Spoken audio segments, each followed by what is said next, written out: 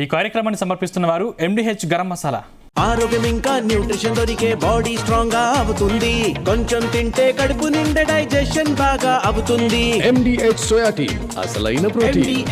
Hospital వస్తుందా రాదా అని ఇప్పటి వరకు కూడా ఒక కార్యాచరణ లేదు, ఒక కార్యక్రమాన్ని కూడా ఇదివరకు తీసుకున్న సందర్భం లేదు.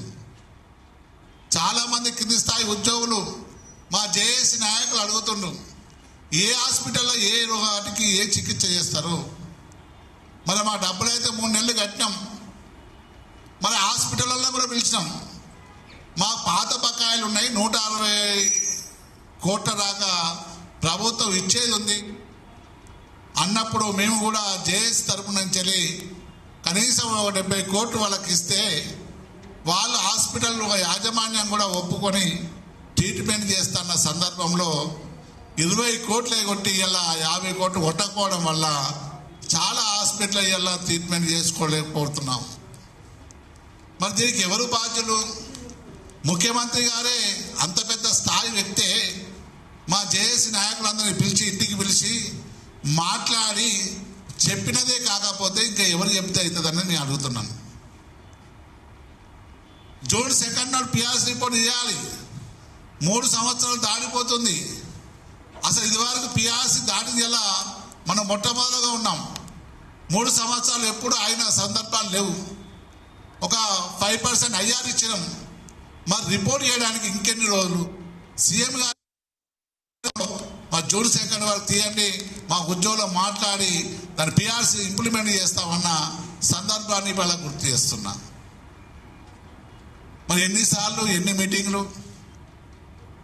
సిపిఎస్ అయితే మీరు మేనిఫెస్టో పెట్టిండ్రు, కనీసం దాని గురించి చర్చ ఎక్కడ జరగలేదు, సందర్భం లేదు. దాన్ని కూడా మనం ఇంప్లిమెంట్ చేస్తా అన్న సందర్భంలో కూర్చునబెట్టుకొని మీరు అసెంబ్లీ తీర్మానం చేస్తారా, ఏం చేస్తారా? మా ఉద్యోగులకు సిపిఎస్ను రద్దు చేసి ఓపీఎస్ను తీసుకొచ్చే బాధ్యత మీరు తీసుకోవాలి. ఒక 2000 కోట్లు నెలకు ఇస్తామని చెప్పిన సందర్భంలో 3 నెలలు 2000 కోట్లు 6000 కోట్లు అని మీరు చెప్పారు, సంతోషం. దాన్ని కూడా ఇంకా 2000 వాళ్ళు ఇంకా 3000 కోట్లు కొట్టినా ఒక 2, 3, 4 నెలల్లో పెండింగ్ బిల్స్ వాళ్ళకి అయిపోతాయి. మా రిటైర్డ్ ఉద్యోగులకు అయితే రెగ్యులర్ ఉద్యోగులకు కూడా చాలా పెండింగ్ ఉన్నాయి కాబట్టి వాళ్ళకు కూడా ఇచ్చే ఏర్పాటును చేసుకోవాలి. మరి ఎన్ని రోజులు ఓపిక పడదాం? కింది స్థాయి మేము ఓపిక పడితే ఒక ఆగే పరిస్థితులు లేరు. కొన్ని సంఘాలైతే మా జేఏసీ పిలుపు ఇవ్వకుండా అన్నా మేము పోరాడతామంటే మేము గోహెడ్ అన్నాం. కానీ మేము కూడా ఇలా మౌనంగా ఉంటే ఉద్యోగుల దగ్గర జేఏసీ చులకనగా వచ్చే భావన ఇలా కలుగుతున్న సందర్భాన్ని గుర్తు చేస్తున్నా. మన రాష్ట్రంలో ముఖ్యమంత్రి కన్నా ఎవరున్నారు? మరి ముఖ్యమంత్రి పిలిచి మాట్లాడి చెప్పినప్పుడు దాన్ని ఇంప్లిమెంట్ చేసే బాధ్యత అధికారులు తీసుకోవాలన్నా లేదా మీరే ఆలోచించవలసిన అవసరం ఉన్నది. 12.5 కోట మీరు అలా ఇంప్లిమెంట్ చేస్తా అన్నారు, కనీసం దాని గురించి మాట 8 నెలలైనా ఇప్పుడు ఇచ్చే పరిస్థితి లేదు. ఒకటో అరొకరో చేస్తుండ్రు కానీ దాన్ని సక్రమంగా నడిపే ఏర్పాటు చేయలేకపోవడం చేయాల యావత్తు జేఏసీకి బాధాకరంగా ఉన్నది. బాధను ఇలా వ్యక్తపరిచిన సందర్భాన్ని ఇలా గుర్తు చేస్తున్నా. ప్రతి జేఏసీ నాయకుడు కూడా ఇలా అన్నా పరిస్థితి బాగా లేదు, మన ప్రభుత్వానికి ఎంతసేపు ఉన్నా ఎప్పుడు డబ్బులు లేవే అంటున్నారు, మనం కూడా ఒప్పుకున్నాం. ఇన్ని రోజులు ఆగినాం, ఇంకా 3 సంవత్సరాల అయినా ఇంకా పిఆర్సీ రాకపోవడం, కనీసం రిపోర్ట్ తీసుకొచ్చి మనం చర్చ చేయాలనే సోయి కూడా ఈ ప్రభుత్వానికి లేకపోవడం నిజంగా బాధాకరంగా ఉద్యోగులు ఇలా మన జేఏసీ నాయకులు చెప్పిన సందర్భాన్ని ప్రభుత్వానికి గుర్తు చేస్తున్నాం. ఇక మాకు ఆగే ఓపిక లేదు. మన ముఖ్యమంత్రి గారే మాట ఇచ్చిండ్రు, డిప్యూటీ సీఎం గారు సమక్షంలో ఇచ్చిండ్రు. మరి ఎన్ని రోజులు మేము ఎన్నిసార్లు తిరగాలి? కనీసం ఒకసారి మాట్లాడిన సందర్భంలో దాన్ని ఎట్లా ఇంప్లిమెంట్ చేయాలని ప్రభుత్వమే కూర్చొని చేసుకోవాలి. కానీ మీరు మాట్లాడుతారు, కింది లెవెల్లో ఇంప్లిమెంట్ అవుతలేదు. అందుకే యావత్తు జేఏసీ ఉద్యోగ సంఘ నాయకులు అందరూ కలిసికట్టుగా ప్రభుత్వం మీద నిరసనను తెలియజేస్తున్న సందర్భాన్ని ఇలా ప్రభుత్వానికి గుర్తు చేస్తున్నా.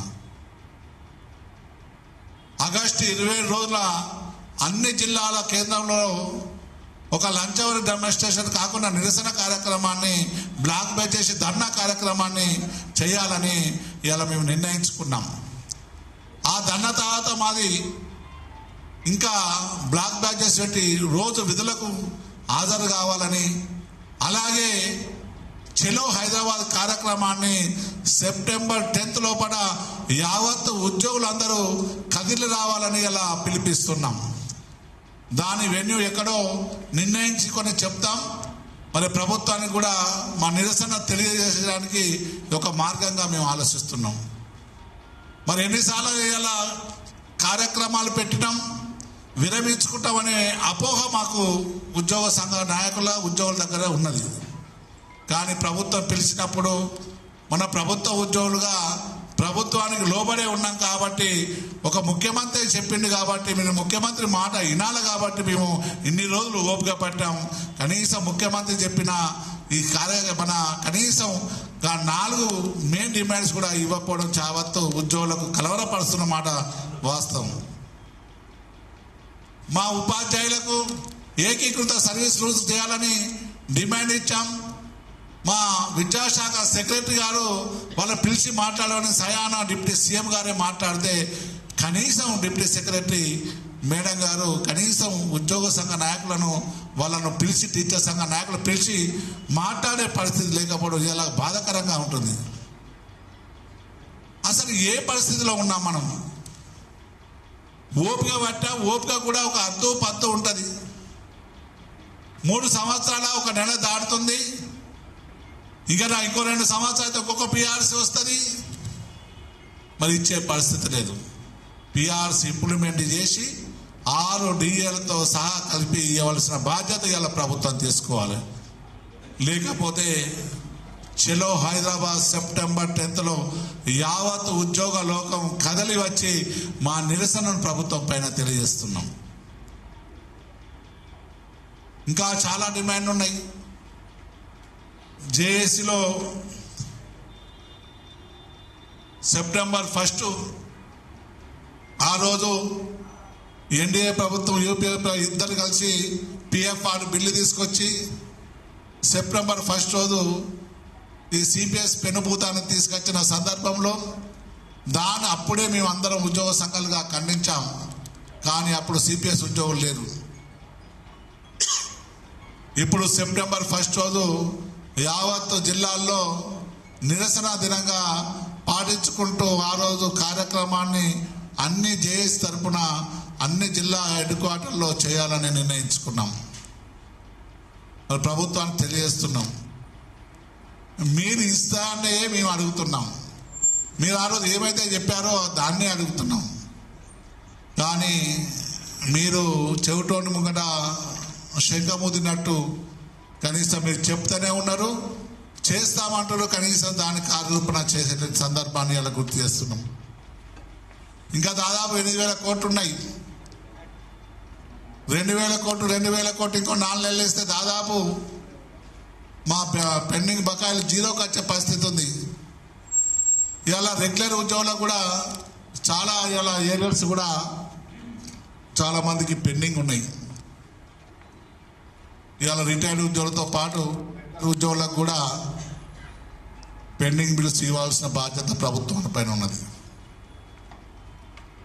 ప్రభుత్వంలో ఇక్కడున్న యావత్తు ఉద్యోగం చేసి నాయకులను రేపు పిఆర్ఎస్ కమిటీ రిపోర్ట్ తీసుకొని వచ్చిన తర్వాత వెంటనే తీసుకొని మమ్మల్ని అందరినీ సంప్రదించి మాట్లాడి చెప్పి పిట్మెంట్ ఇచ్చేసి పిఆర్ఎస్ని ఇంప్లిమెంట్ చేసే బాధ్యతను ప్రభుత్వం తీసుకోకుంటే చలో హైదరాబాద్ను సెప్టెంబర్ 10th జయప్రదం చేయాలని అందరినీ అన్ని జేఏసీ తరపున అందరు ఉద్యోగ సంఘ నాయకులను ఉద్యోగులను అందరినీ కోరుచుంటూ పెద్ద మొత్తాన దాన్ని ధర్నా కార్యక్రమాన్ని తయారు చేయాలని కోరుచు ముగిస్తున్నాను.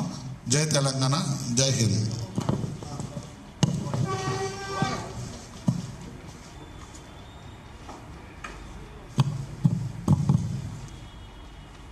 ఎలక్ట్రానిక్ ప్రింట్ మీడియా మిత్రులందరికీ కూడా స్వాగతం పలుకుతూ,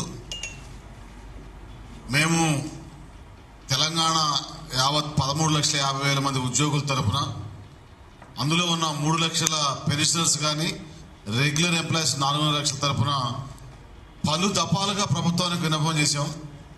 మేజర్ డిమాండ్లు ఫస్ట్ 57, తర్వాత 764 చేశాం. అందులో చిన్న చిన్న ఏవో సాల్వ్ అయినాయి. 1వ తారీఖు వేతనం అనేది ఒకటి పరిష్కారం అయింది. కొంత పాత బకాయిల్లో 1000 కోట్లు 2000 కోట్లు అనే దానికి కొంత పూర్తయినట్టుగా మాకు అనిపిస్తుంది.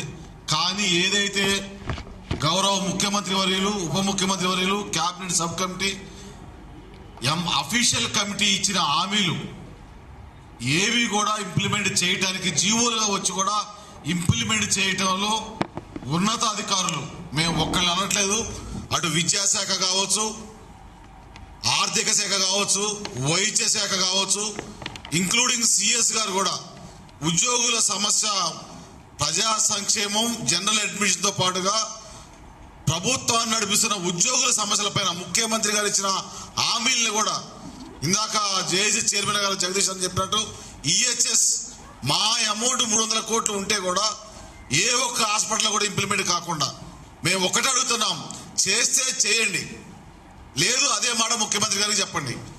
మాకు తెలిసిన ఇన్ఫర్మేషన్ ప్రకారం ముఖ్యమంత్రి గారి దగ్గర ఈహెచ్ఎస్ స్కీము చాలా సాఫీగా, చాలా పకడ్బందీగా కొనసాగుతున్నట్టుగా నివేదికలు ఇస్తున్నారు ఉన్నతాధికారులు. గ్రౌండ్ లెవెల్లో ఎక్కడ కూడా ఇంప్లిమెంట్ కావట్లేదు. సుమారుగా 30-40 వేల మంది ఉద్యోగులు, ఉపాధ్యాయులు, కార్మికులు, గెజిట్ అధికారులు పెన్షన్ తరఫున హాస్పిటల్కి వెళ్లి తిరిగి వస్తున్నారు.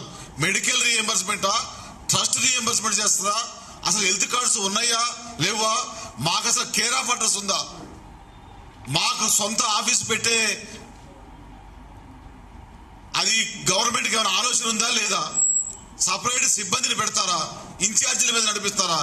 ఈహెచ్ఎస్ పైన మాకంటే కూడా ఉద్యోగుల తరఫున ఇక్కడున్న జేఏసీ నాయకత్వం మేము ఏది చెప్పినా కింద ఉన్న 3,50,000 మందిలో ఉన్న ఫస్ట్ ఫేజ్ లో ఉన్న 7,50,000 మంది నమ్మే స్టేజ్ లో లేదు. గవర్నమెంట్ పూర్తిగా బదనాం అవుతుంది. అధికారులు దాన్ని కమ్యూనికేషన్ గ్యాప్ క్రియేట్ చేస్తున్నారు. గౌరవ ముఖ్యమంత్రి వర్యులకి, చీఫ్ సెక్రటరీ గారికి విన్నవిస్తున్నాం, ఈహెచ్ఎస్ ఓన్లీ ఎంప్లాయీస్ హెల్త్ లేదు అదే మాట ముఖ్యమంత్రి గారికి చెప్పండి. మాకు తెలిసిన ఇన్ఫర్మేషన్ ప్రకారం ముఖ్యమంత్రి గారి దగ్గర ఈహెచ్ఎస్ స్కీము చాలా సాఫీగా, చాలా పకడ్బందీగా కొనసాగుతున్నట్టుగా నివేదికలు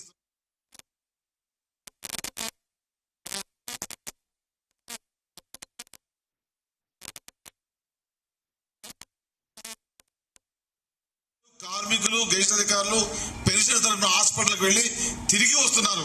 మెడికల్ రీఎంబర్స్మెంటా, ట్రస్ట్ రీఎంబర్స్మెంట్ చేస్తుందా, అసలు హెల్త్ కార్డ్స్ ఉన్నాయా లేవా, మాకు అసలు కేర్ ఆఫ్ అడ్రస్ ఉందా, మాకు సొంత ఆఫీస్ పెట్టే అది గవర్నమెంట్కి ఏమైనా ఆలోచన ఉందా లేదా, సపరేట్ సిబ్బందిని పెడతారా, ఇన్ఛార్జీల మీద నడిపిస్తారా? ఈహెచ్ఎస్ పైన మాకంటే కూడా ఉద్యోగుల తరఫున ఇక్కడున్న జేఏసీ నాయకత్వం మేము ఏది చెప్పినా కింద ఉన్న 3,50,000 మందిలో ఉన్న ఫస్ట్ ఫేజ్ లో ఉన్న 7,50,000 మంది నమ్మే స్టేజ్ లో లేదు. గవర్నమెంట్ పూర్తిగా బదనాం అవుతుంది. అధికారులు దాన్ని కూడా ఏదో రకంగా ఎలక్షన్ మేనిఫెస్టోలో ఇచ్చిన హామీ నెరవేర్చాలని మీ ద్వారా ముఖ్యమంత్రి గారిని కోరుతున్నాం.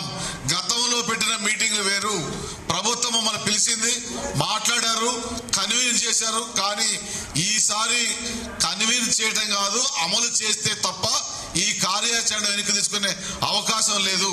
కాబట్టి గౌరవ ముఖ్యమంత్రి వర్యులు, అదేవిధంగా ఉప ముఖ్యమంత్రి వర్యులు, చీఫ్ సెక్రటరీ గారు మార్చి 2026 వరకు ప్రతి నెల 2,000 కోట్లు కొడితేనే మా గ్రాట్యుటీ కానీ, మా సరెండర్ లీవ్స్ కానీ, మా జేఏసీ ముందు ప్రభుత్వం కంటే ముందు మీ మీదే నిరసన కార్యక్రమం ఉంటుంది మాకు తెలిసిన కాడికి.